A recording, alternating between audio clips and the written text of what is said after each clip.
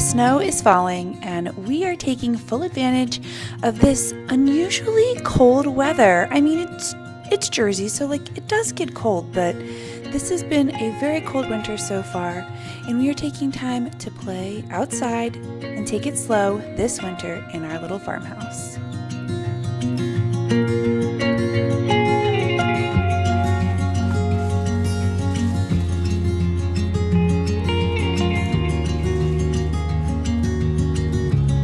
That's gonna be epic.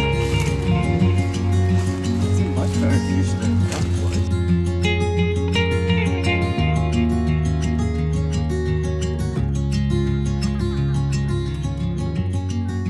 As we have entered this new year, I've been reflecting on how I need to really recognize how valuable my time is now that I am a mom. Not that your time isn't valuable if you don't have children, you just tend to have such limited time when you have small children. I don't have time to sit and scroll and spend hours on an app, and on the days that I end up doing that, I really lose any ounce of free time to be productive.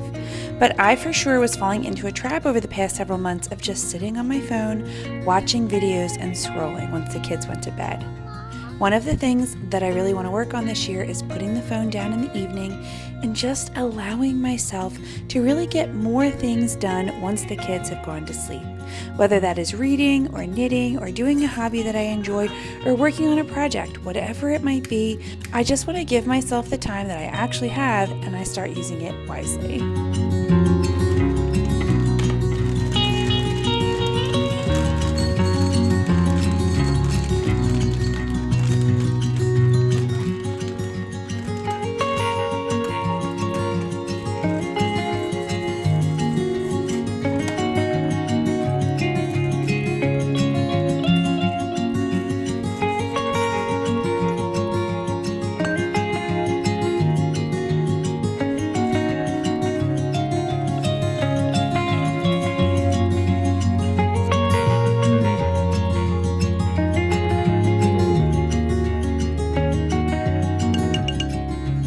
Now, the cold season is always my very best excuse to bake some of our favorite treats.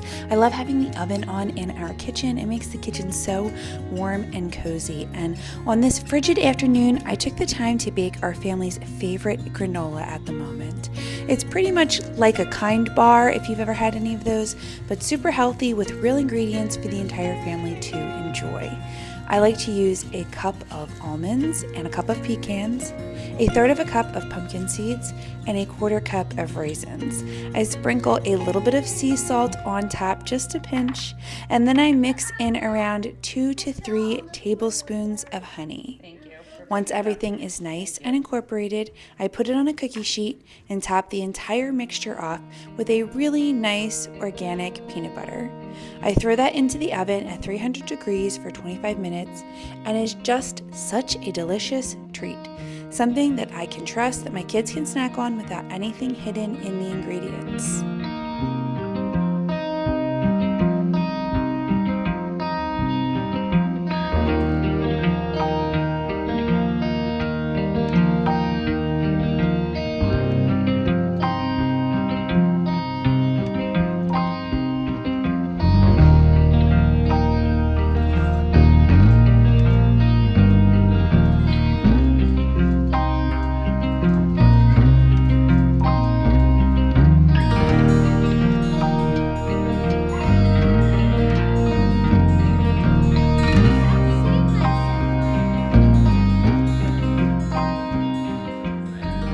As that sat in the oven, I took time to feed my sourdough starter, straighten up the kitchen, and watch my kiddos be a little crazy. They've absolutely been loving this long hallway, and they use it as a racetrack literally every single day.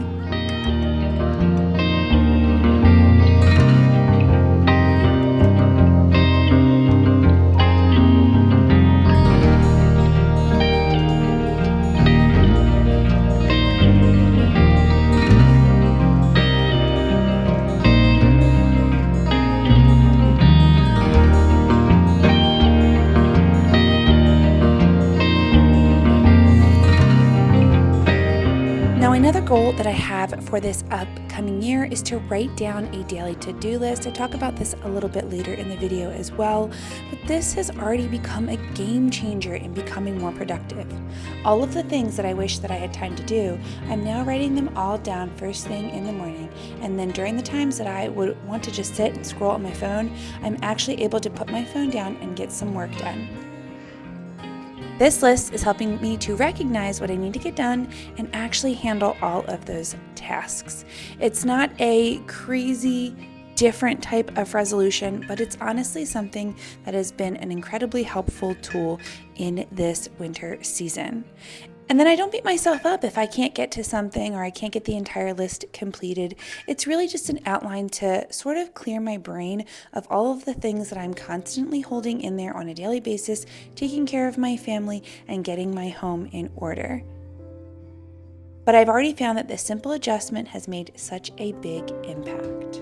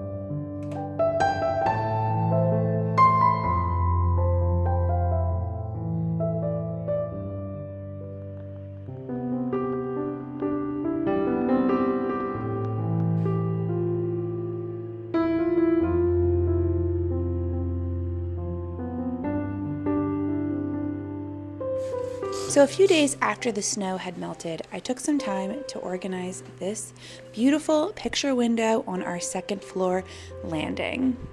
Originally, I wasn't planning on keeping these shelves in the window. We'll see what happens in the future. But then my amazing best friend asked me if I would take care of some of her plants, and I knew exactly where I wanted them to go. I took some time to clean off each of the shelves because they were still pretty dusty from when we moved in, because I honestly hadn't really been holding anything here but just junk that we hadn't unpacked yet.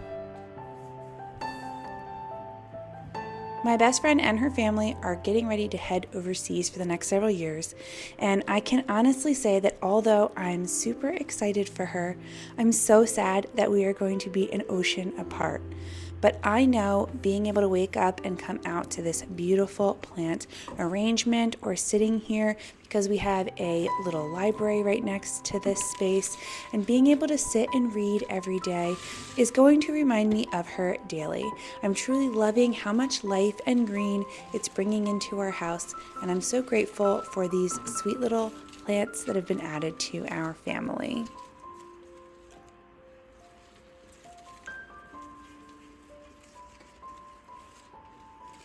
I love this little pothos. I'm just taking a moment to actually clean it up, get rid of some of the dead branches, and then do something that a friend of mine had taught me a few years back. See these little nubs that I'm pointing at? That is actually where roots can shoot out. So if you take the branch of the plant and just wrap it around in a circle on top of the soil, eventually, if those little nubs are touching the soil, they will begin to sprout new roots, and your plant will look fuller and more full of life, which is something that I was going for this, and I really love how this entire space turned out. I recently thrifted the most perfect little chair for this nook area, so I cannot wait to show you guys in my video next week what it looks like with the chair. I really love this comfortable little space. It is so beautiful.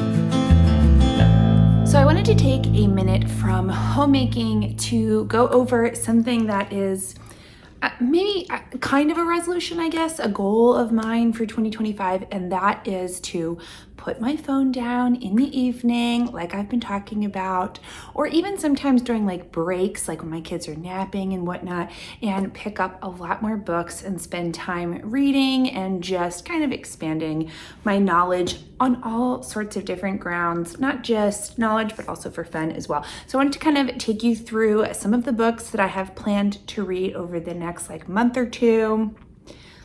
I'm not putting a time limit on it because you just never know with reading. Sometimes you can get super distracted and the next thing you know, it's been 6 months and you haven't picked up a book at all. That is definitely me. So I am really trying super hard to actually, not have that be how I handle things this year. The first thing that I want to read, and full disclosure, I've actually been reading this. I got it for Christmas and it's about like, when I'm filming this is about a week and a half past Christmas, and I'm pretty much done it already because I just couldn't put it down, but it's Hind's Feet on High Places.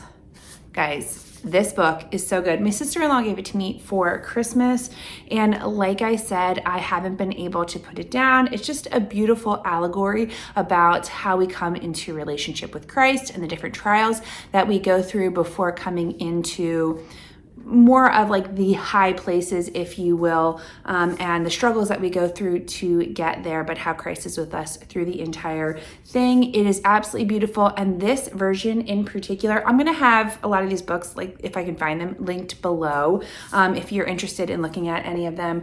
But this book is so stunning. Not only is it beautifully written, but it has just gorgeous paintings and photos throughout the entire thing. And it just makes it incredibly enjoyable to read. Not that I like need pictures when I'm reading, but it's so lovely to just have these different like visuals. Look how gorgeous that is. And it is just gorgeously illustrated. So I've been really enjoying this book. It says Hind's Feet on High Places is a story of endurance, persistence, and reliance on God. This book has inspired millions to become sure-footed in their faith, even when facing the rockiest terrain. So I really, truly love this, and I would highly recommend it if you are interested in reading more Christian sort of focused things. This next one I got from my sister for Christmas, and I'm really excited. It's Green Living Made Easy. It's by Nancy Birtwistle, and if you do not know who that is, she's actually the winner of season, I think it was either 4 or 5 of the Great British Baking Show, or apparently over in the UK they call it Bake Off. It's Great British Baking Show on Netflix, but I love that show. It's one of my absolute favorite shows. I don't even know if my sister realized that when she bought this for me, but I absolutely love her baking. This is super fun because this is like 101 eco tips, hacks, and recipes to save time and money. And I've really been into just like DIYing all sorts of things like soaps and laundry detergents and bath products and just all sorts of things in general. I'm trying to learn how to make so much from scratch. You're going to see that in my little collection here of fun things that I'm trying to learn on and work on. So I'm excited to get some really great ideas. I've kind of been like wandering through this book a little bit here and there, and she's just got some really great recipes for like cleaners. I love homemade cleaners for like doing your sink and all sorts of things like that. So I'm excited to get some really great ideas on how we can live more green in our life here. So this looks really, really good.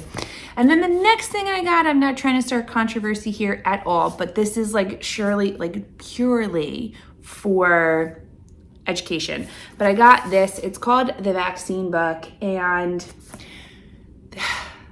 again, not trying to be controversial or anything, but I think that it is really important, not just with food and cleaning products and everything else, to know what I'm putting into my body and my children's body, but this is a big thing that gets put into our children's bodies. And what I like about this book is it's not like one-sided or another on the vaccine argument. It is a like nose to tail, full explanation of every single vaccine, what the ingredients are in the vaccine, what exactly it prevents, the diseases that are connected to it, just so that I have a better understanding and education of exactly what I'm putting into my children. I think that's just super important for us to know in general. So I'm excited to read that and kind of get a little bit more educated. The next thing that I got, this is just like for fun reading because it's always nice to read a nice fiction novel from time to time, and it's Jane Austen's Persuasion. I've read a lot of her other stuff, Emma, Pride and Prejudice, like, you know, the big ones, but this one in particular, I've never actually read.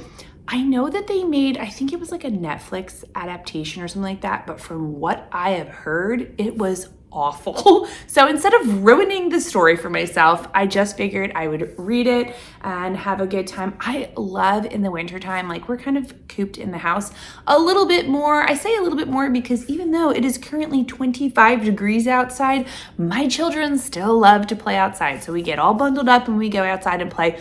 We've been outside several times already this week, but on days where it's just really, the wind is whipping, it's really cold, I'd rather just stay inside with a nice cup of warm coffee and sit next to the fire, having a nice fiction, a nice fiction book to sit and read is sort of my jam. So I'm excited to get through this. And this one of all of her books is one of her shorter books. So I think I'll get through this pretty quickly. And then the next thing I have, this was also given to me from my sister-in-law. This is actually not a reading book, but I'm super excited to dive into it. It's the Gardener's Planner and Logbook. And I may have mentioned this on the channel. I think I did. I think I mentioned it like last week.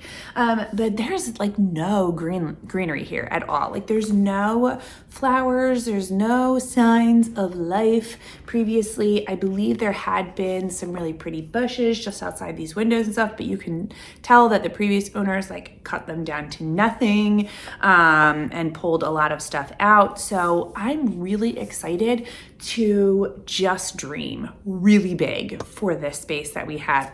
I have some really fun ideas for different sections of the yard.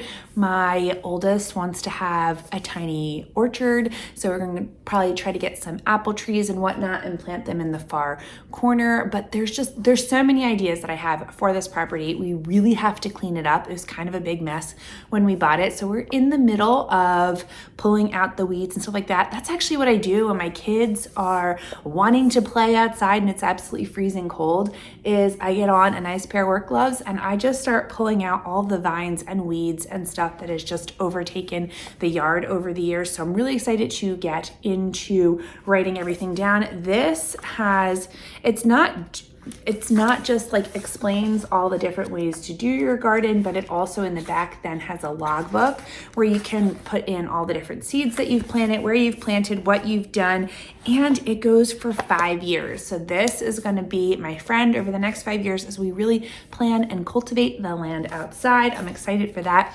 And then the last thing that I got, which funny enough, I'm going to tie to the other book, but I saw this in an ad on my Instagram, and I like rarely buy things from different social medias, but this just spoke to me and I looked into it. They had it on Amazon, so I picked it up. It is the Forgotten Home Apothecary, and it has a ton of recipes, like so many good things, like for taking care of your body. Again, I've been really, really big lately into just what I'm putting into my body. I want to try to be as chemical free as possible and just try to find like sort of the ways of old in how you do things. I really like having and finding natural products. So I thought this would be really fun to kind of read through. And one of my visions for the upcoming years, I'm going to be totally honest because I always dream big and then like have to scale back, but it's probably not going to happen this spring, but hopefully maybe next year, is I want to plant a section of the yard that I'm going to be lovingly calling my apothecary garden. So I'm specifically going to be planting things over there like mint, like elderberry, like ginger, all sorts of things that I can use to then sort of follow these recipes and do something fun with this. I'm always just excited to learn and kind of know a little bit more about how to DIY different things like that. So I'm excited to not only try to put all that together, but show you, bring you guys along as I'm doing all of those sort of fun things in the future. But like I said, I will have all of this stuff linked below, whatever I can find in the description if you're interested in purchasing any of these books. And I'm kind of sharing this with you guys because I want y'all to hold me accountable. You know, it's always nice to have friends that are like, have you stuck to your reading list? Have you stuck to your New Year's goals? I don't have a ton of New Year's goals this year. This is definitely one of them. Another one that I have been sticking to since the beginning of the year, which is only like a week and a half ago, but is to write a daily to-do list so that I can actually accomplish all of my goals, because there'd be so many times where I'd actually get the kids both down for a nap at the same time, and I'd have like a nice chunk of time and be like, what is it that I wanted to do with my time? So having a running to-do list really helps me to just literally tick all the boxes. So those are two of my big goals for this year, and I'm excited to continue to work on them. So that's what I got for my reading lists, and let's get back into homemaking.